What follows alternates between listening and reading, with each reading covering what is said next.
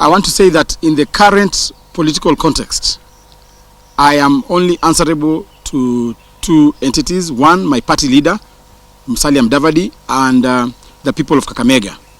And if my party leader is not offended by my presence in Eldoret yesterday, nobody else should be offended. Nobody else should mourn more than the bereaved. We are in the political season of looking for friends. Today you saw my party leader working with Honorable Sakaja in Nairobi, with His Excellency, the former governor of Kiambu, Honorable Kabogo. The other day he was looking for friendship with the Speaker of the National Assembly.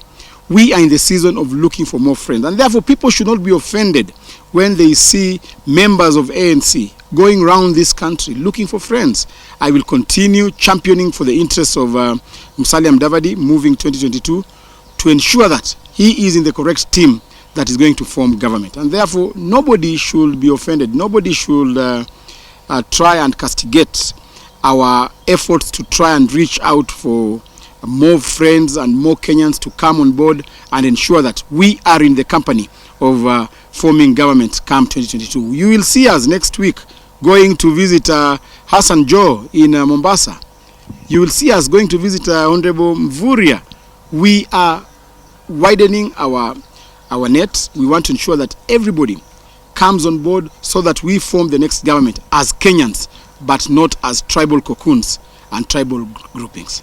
Pia nishukuru Musalia Mudavadi, rafiki yangu.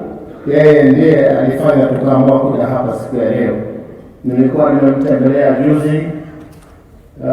Mimi na yeye tunaelewana kiasi, kwa sababu nikiangalia kule naona giza, nikiangalia kwa ile nyingine naona giza, lakini hapa kuna mwangaza.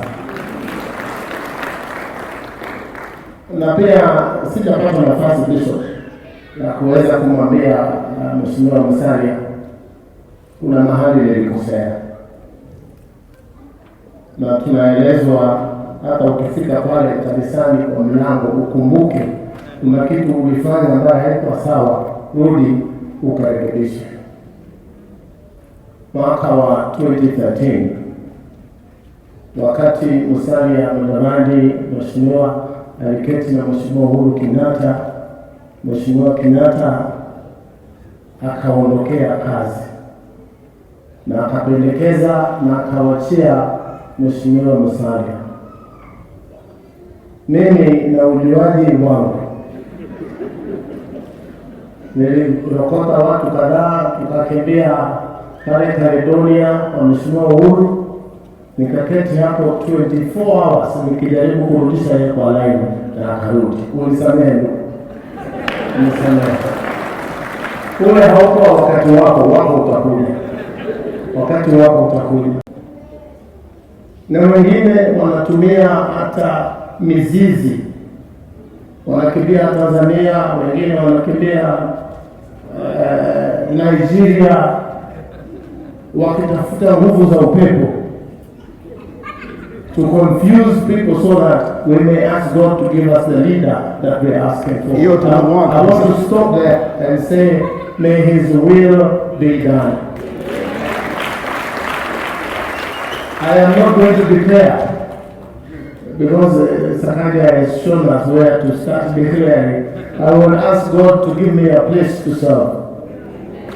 A place to serve. And I can serve at any capacity. I can serve as president. I can serve as the deputy of a good man like this. I can serve here in Nairobi, Sakaja. Mimi nitaomba tu kama kanisa na kama Wakenya, muzidi kuombea nchi yetu tukufu ya Kenya. Na tuombe maombi fulani ya kusema, Mwenyezi Mungu tunakuomba mapenzi yako iweze kufanyika.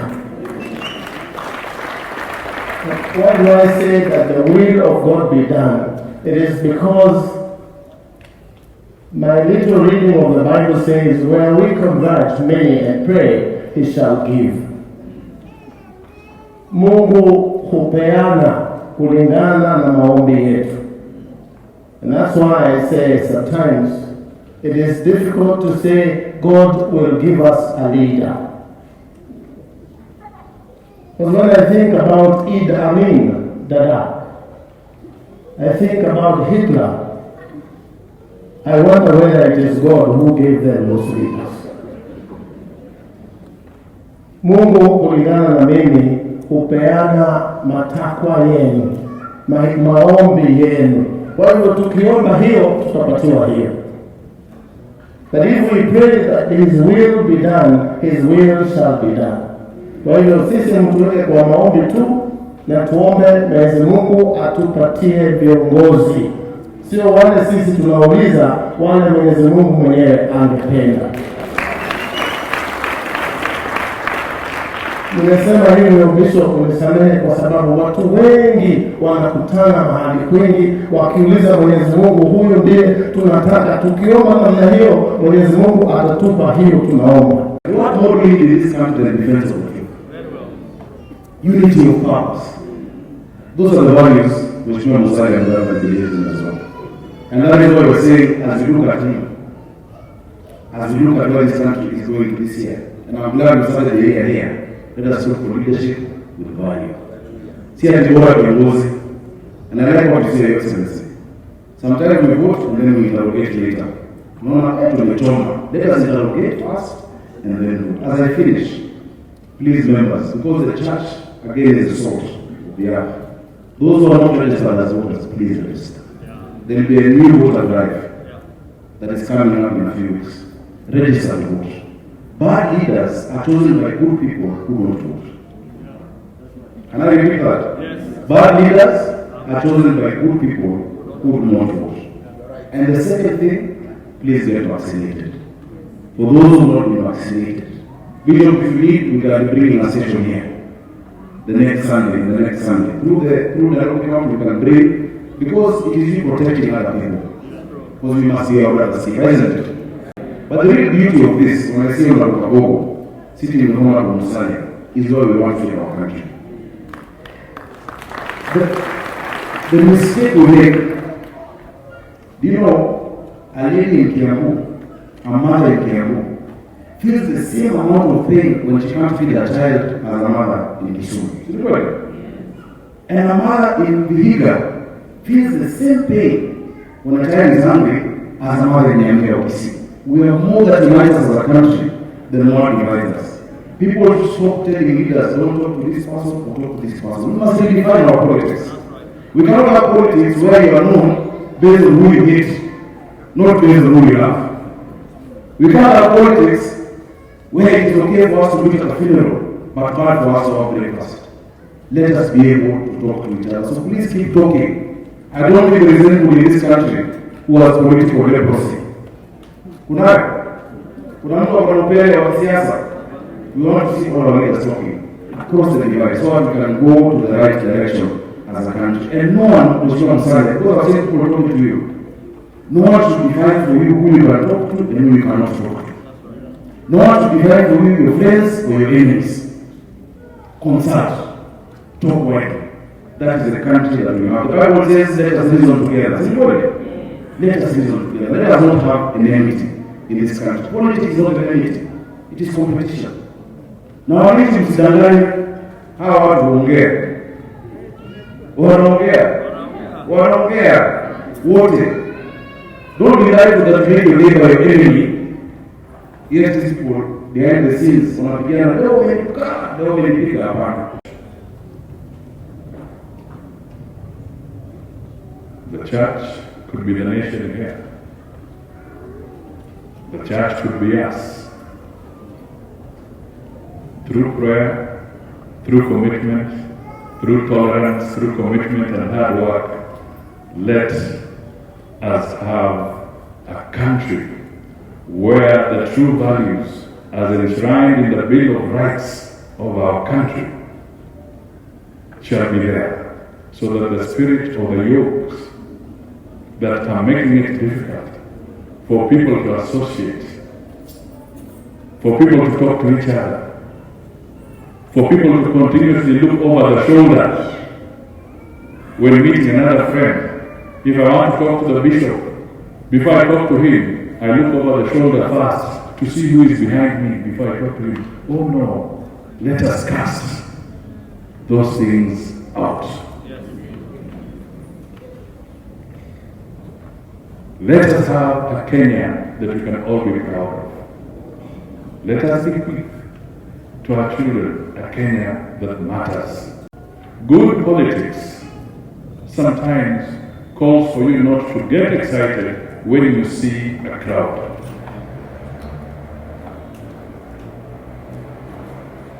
When you see a crowd, hiyo ndio chakula ya politician.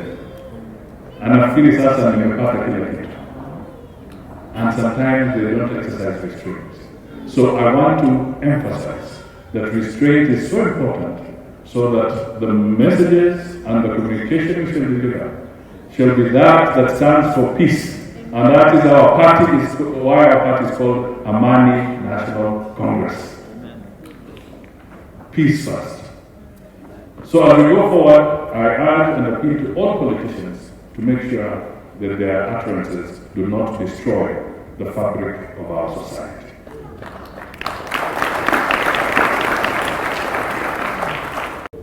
I want to offer myself in the service of the people of Kenya. And I can only say through the will of God and through the ballot is the route that I want to seek to serve the people of Kenya. And that will be our calling, and the church is the bulwark in this. The church is the leader, it's the bulwark. Don't be standers-by. Don't be standers-by. If we have made mistakes, can the church ask itself, did it keep quiet when they saw things were going wrong? Were they in a position to do something? Were they able to communicate something? Let God guide us all, and let God guide Kenya. Let us choose leaders that will help us move forward. And I want now to revert to the Isaiah.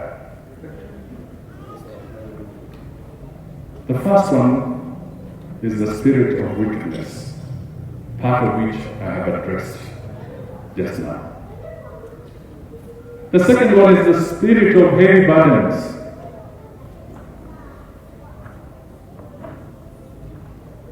Bad governance bequeaths heavy burdens.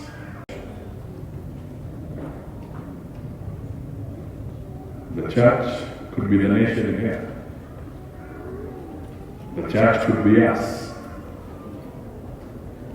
Through prayer, through commitment, through tolerance, through commitment and hard work, let us have a country where the true values as enshrined in the Bill of Rights of our country shall be there, so that the spirit of the yokes that are making it difficult for people to associate, for people to talk to each other, for people to continuously look over the shoulder when meeting another friend.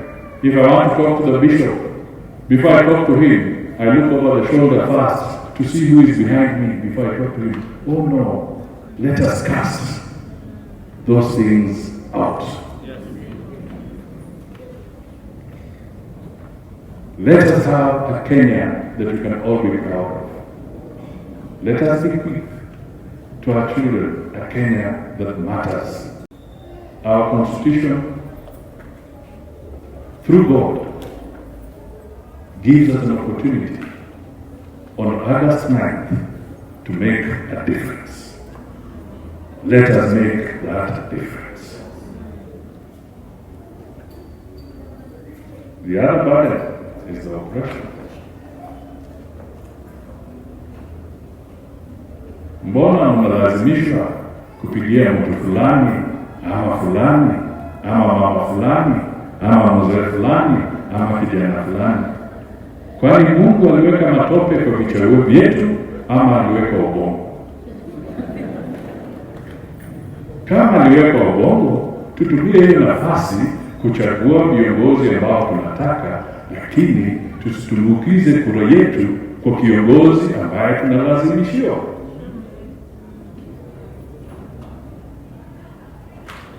That is the simple message that Kenyans must get.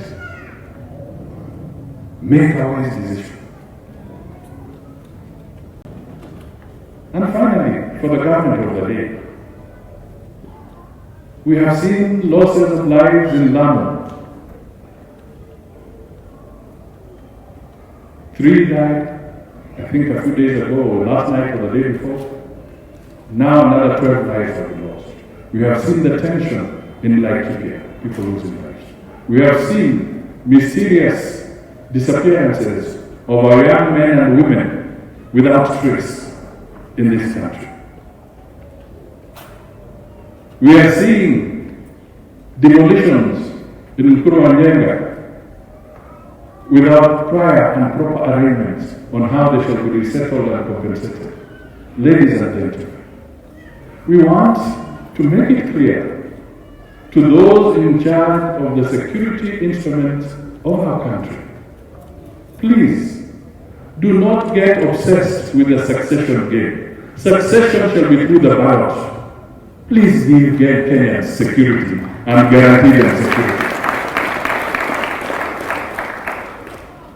Because we are seeing a situation where it seems the security organs are not dwelling too much on the politics of the day, on who is right in front of the government and who is wrong in front of the government, who should succeed and who should not succeed.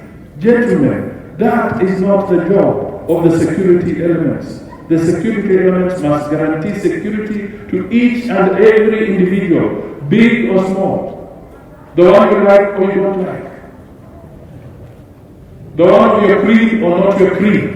All Kenyans must be guaranteed security. And we call upon the security agencies, please move away from the succession game and focus in guaranteeing security for all Kenyans. That is the truth. Mwananchi anafuliza pale chini na serikali inafuliza huko juu kwa serikali zingine. Governments do not have their own money. Governments raise money through taxation and then they can borrow. But I must tell you, because this is the year that you must speak to the truth and vote for the truth and vote for what is correct. The more debt we have, the more tax you pay.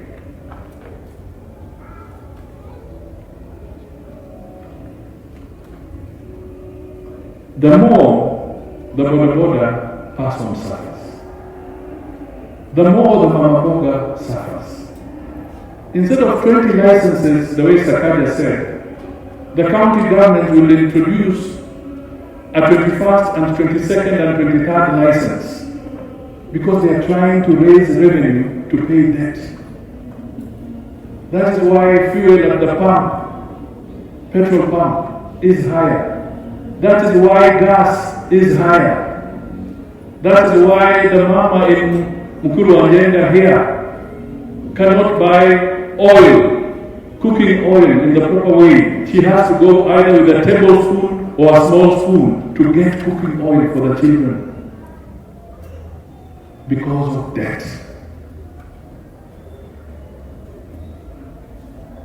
Because of that debt.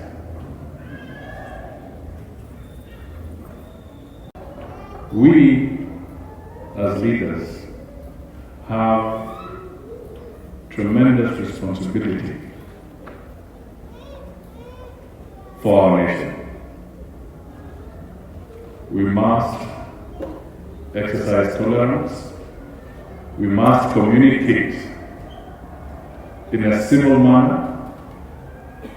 We must make sure that our tongues do not incite.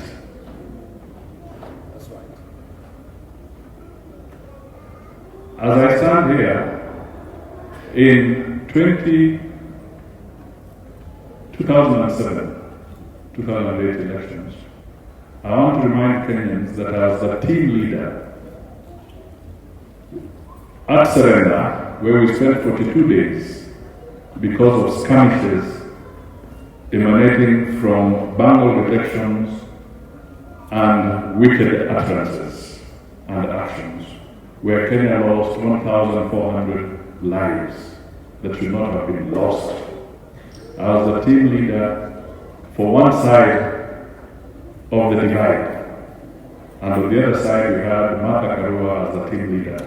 And our mission then was to try and restore sanity and peace in this country.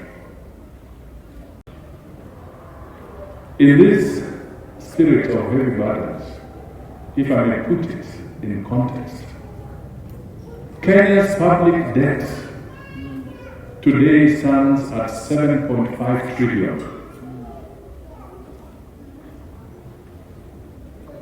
Kenya's GDP is 11 trillion. So our public debt, deni la umma, is about 70% of Kenya's GDP. For every 100 shillings that is collected in tax, 70 shillings is to pay debt. And then the 30 that is left is supposed to deal with salaries, operational maintenance, and development.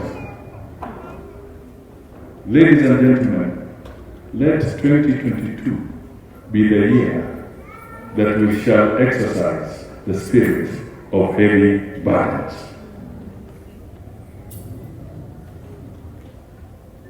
And do not be cheated. I repeat this. Do not be cheated that the heavy public debt does not affect you. Because this is what we are told. Ninyi mnafuliza pale chini na serikali inafuliza kwa serikali zingine. And we want to condemn some talks that are going on. I heard some people, I think specifically Mheshimiwa Linturi, talking about madowadowas. That is a terrible language coming from a leader. Our constitution allows us to work, to stay and live anywhere in the Republic of Kenya. And we should respect our constitution. Because we are talking. We are talking to each other. And as leaders, we should be open so that we may seek God's guidance in getting the next leadership of the country. I know you people have been saying there are two horses, or this is a two-horse race, and I want to tell you it is not. It is by the will of God that Kenya will get good leadership, and we should pray for good leadership. And I think those of us who think alike, those of us who are leaders and not politicians, we should seek God's guidance to be able to lead Kenya as leaders, not as politicians. Political movement is happening, but we want to reiterate to urge our colleagues, to urge politicians, to urge our friends who are out there looking for votes, to remember that this country is the only country we have. There is no Kenya B. That we must be careful about our statements and our sentiments, that we must not get excited when it comes to addressing issues, that we must keep our country together. We must keep our country as one.